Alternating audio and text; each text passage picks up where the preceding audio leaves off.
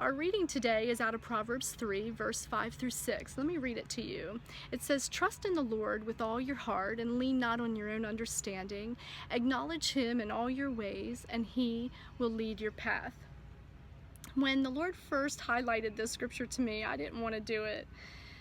I thought, it's so familiar and everybody's heard it before, and I want something different. I struggled with it for a couple of days, and finally he woke me up in the middle of the night and he said, "Bonnie, you have to do that portion of scripture."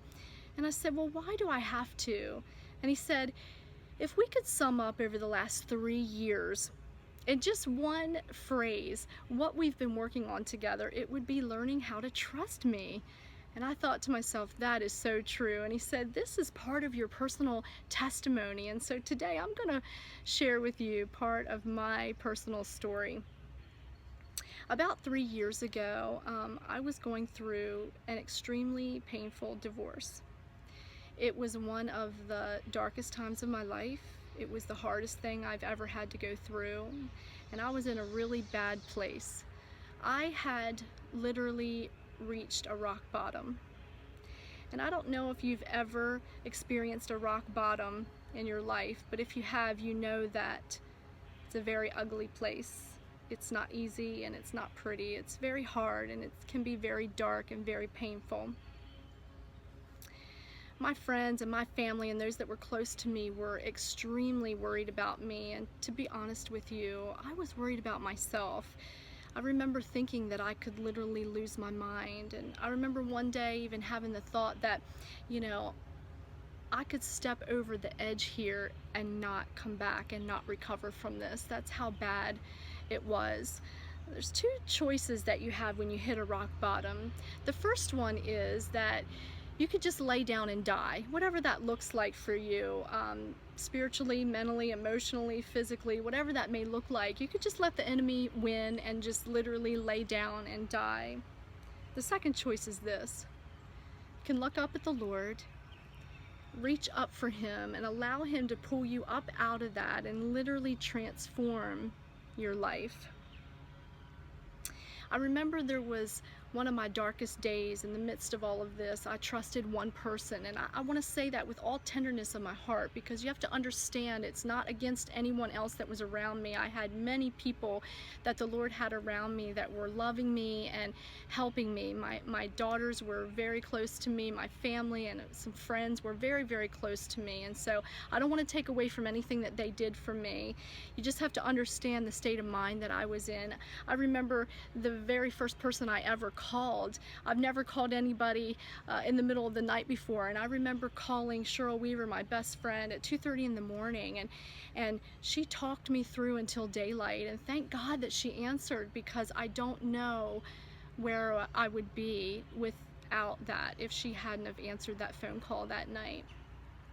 But there was even a darker moment, even darker than that, and I remember one person that I trusted, and it was my dad. I remember my dad saying to me one day, his voice was cracking, and he was trying to hold back the tears, and he said to me, "Can you just trust me?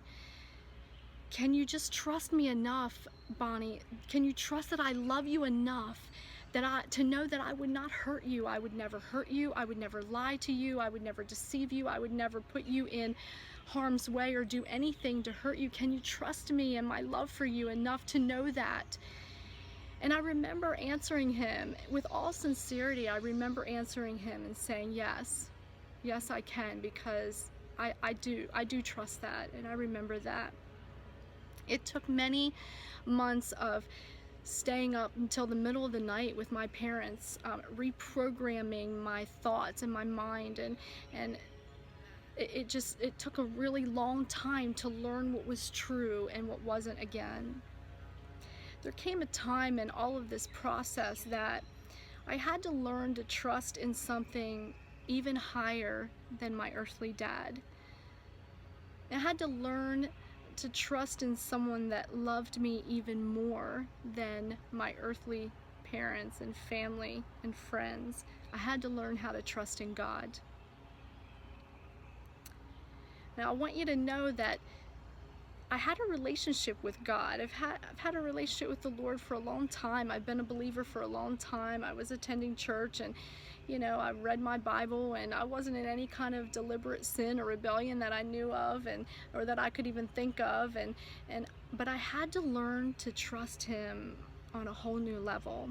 And I had to go even a deeper place with him. When I felt all alone, I had to trust him that I wasn't. When I didn't think that I was going to make it through, I had to trust him that I would. When I wanted to go back to the same old familiar patterns, I had to trust him to show me a different way. When I was recovering financially, I had to trust him to be my provider. And when it didn't look like there was anything happening, I had to trust that he was doing something, even if I couldn't see what that was. As I was writing this study, I began to think to myself and ask myself the question, how did I begin to trust him in that deeper level? It's actually twofold. And the first part is found in the Passion Translation. As I was doing some research for this teaching that I was going to bring forth to you, I read the same scripture verse that we're reading today, Proverbs 3, 5, and 6. I read it out of the Passion Translation, and there was one word that I thought, that is it. That is where this whole thing started. And so I'm going to read it to you. I'm going to read 5 and 6 to you. It says, "Trust in the Lord completely. Do not rely on your own opinions. With all your heart, rely on him to guide you, and he will lead you in every decision that you make. Become intimate with him in whatever you do, and he will lead you wherever you go."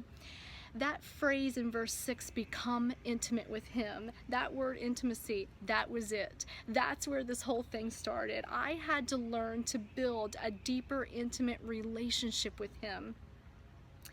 Now, when people think of the word intimacy, they automatically go to a sexual relationship, and that's not that at all. It's actually getting to know someone.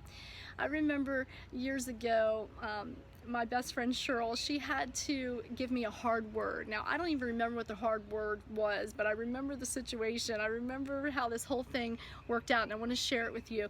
She had to give me something, tell me something that was really hard to hear at the time.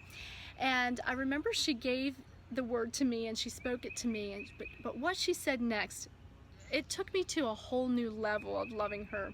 She said this to me. She said, "Now, Bonnie, I know you, and I know that you're a processor, and I know that you're going to take what I said and you're going to go away and you're going to get still and you're going to think about it and you're going to pray about it, and then you're going to come back and we're going to be able to discuss it, and we'll be able to work this all out together and figure it out together." And I'll tell you what, it was so beautiful because I thought, wow, she knows me. She loves me enough to get to know me and how I operate. And it just took me to a whole new level of love for her because we had an intimate friendship together. We knew each other. I can finish her sentences sometimes before she even gets it all the way out of her mouth. And that is intimacy, is getting to know someone. So I had to know God. I had to get to know him. And also, I had to realize that I am known by him. That not only do I know him, but he knows me inside and out, everything about me. I had to get to know his character through reading the Word. That's how that came to me, by really getting in the Word and studying him and studying his character and what he's like. And the other thing is this, by including him in the details of my life. Let me go back and read to you the end of verse 5. It says, "With all your heart rely on him to guide you, and he will lead you in every decision that you make." I had to begin to include him in every decision that I make. I remember he was telling me a long time ago, I remember him saying to me, you know, my people want to draw closer to me, and they want to be close to me, and they want to hear my voice, but they never include me in the details of their life. And so I had to learn how to include him in every decision that I made. Which leads us directly into the next portion of this, in the second part, and it's found in a prayer of Jeremiah, and the very first sentence of a prayer that Jeremiah was praying, and it's found in Jeremiah 10 verse 23, and it says this. It says, Lord, I know that people's lives are not their own. It is not for them to direct their steps. I had to come to a place where I realized that my life is not my own. That my life didn't just belong to me anymore, but it belonged to the Lord, and that was putting Him above all else and putting Him first.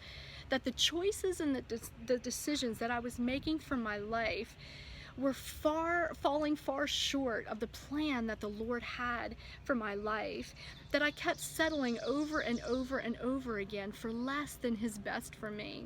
So this is what I want to say to you today.